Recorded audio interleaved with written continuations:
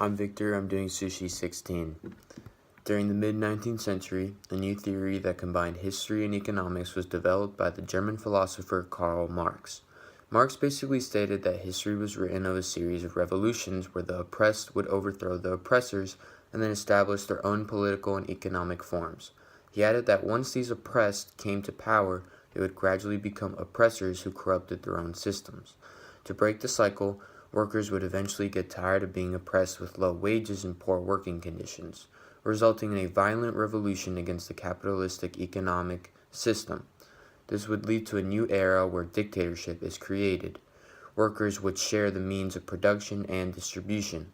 Marxist theory became known as communism. Industrial workers around the world jumped at the idea of a worker-controlled economic system.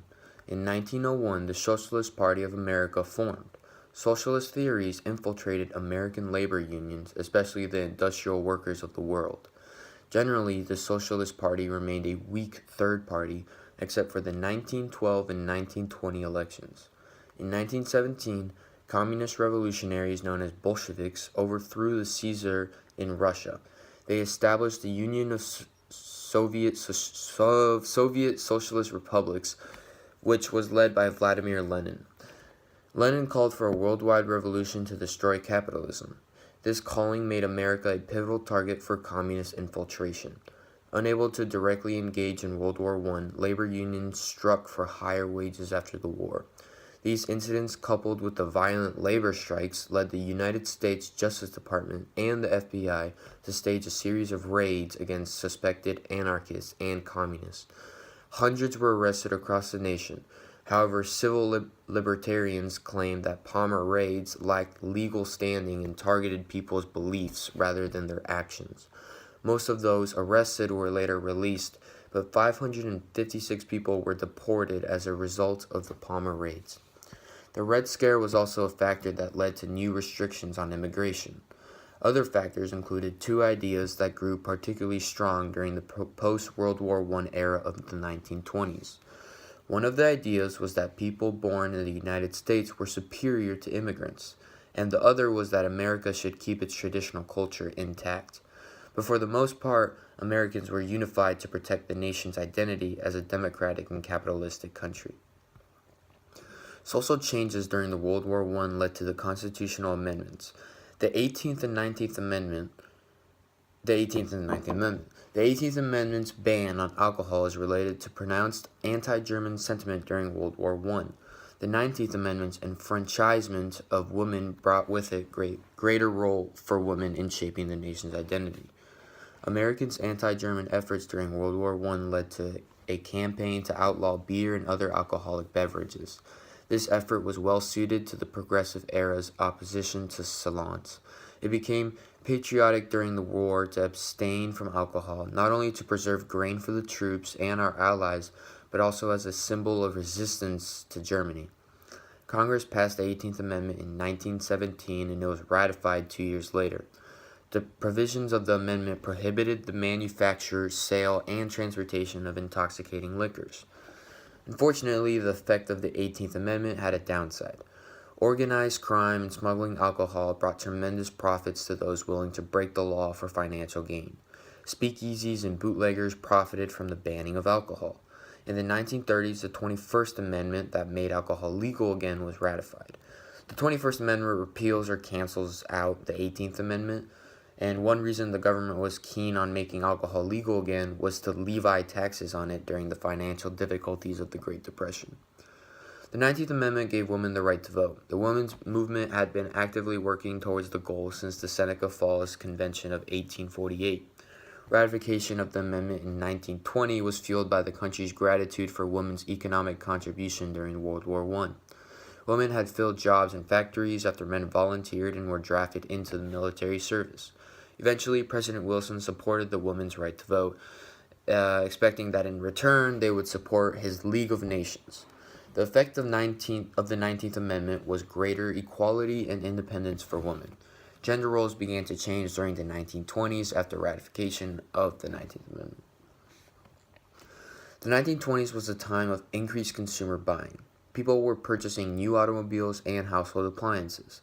The new mode of individual transportation changed society by making the population more mobile and able to live greater distances from their jobs. Radios, magazines, and movie theaters were used to advertise these cars and new household appliances. Next thing you know, people find themselves needing things for their convenience instead of just wanting them. The first mass-produced automobile was called the Model T, which was created by Henry Ford. This man was very smart. He used an improved continuous assembly line to quickly build automobiles. He constructed his facilities so that all necessary elements, such as foundries, machine shops, and assembly lines, were in one place. He sped up production and drove down costs by standardizing parts, focusing on specialization of labor, and organized, careful management. At first, the Model T cost $950, but within 10 years, that same model was cost $280, and it was a cause of improved production methods. So the automobile led to a gigantic change in American society. People migrated to the suburbs thanks to their widespread ownership of cars. Highways and roads were improved. Traveling became more independent, and vacations for enjoyment became popular. New businesses such as gas stations, motels, and roadside restaurants were created to satisfy certain needs. After World War I, mass media such as commercial radio and movies were invented. Although hobby radio already existed in the early 20th century, the vacuum tube had yet to be invented.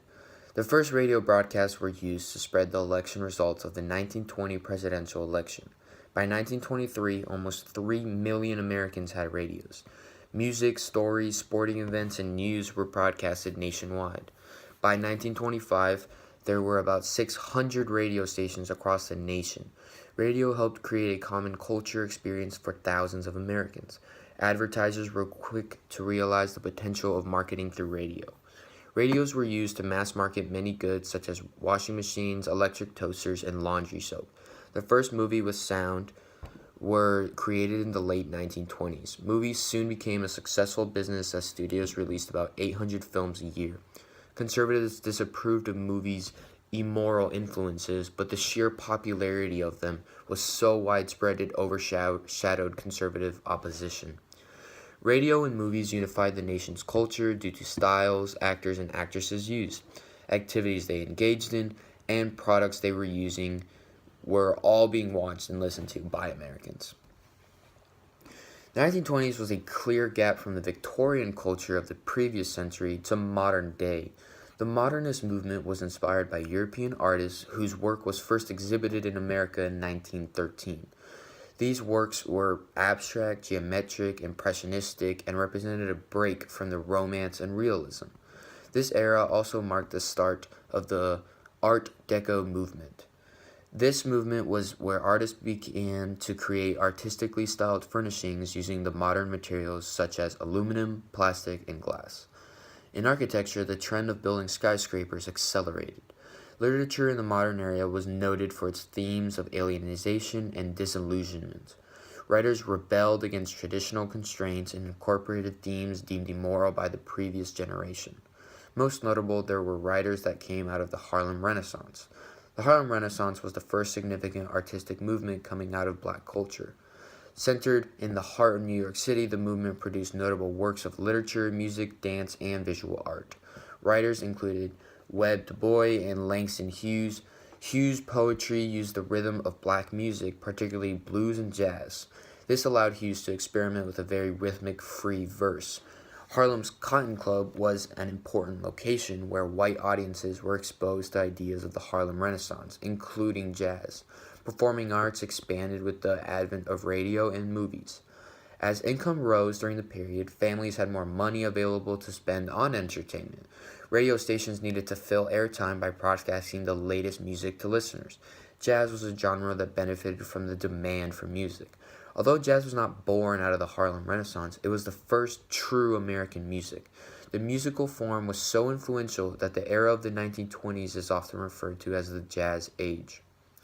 Born in the Deep South, jazz was thought to have originated from the musical traditions brought by slaves from West Africa, combined with the Western musical instruments and techniques. Jazz as a musical style is easy to recognize but hard to define.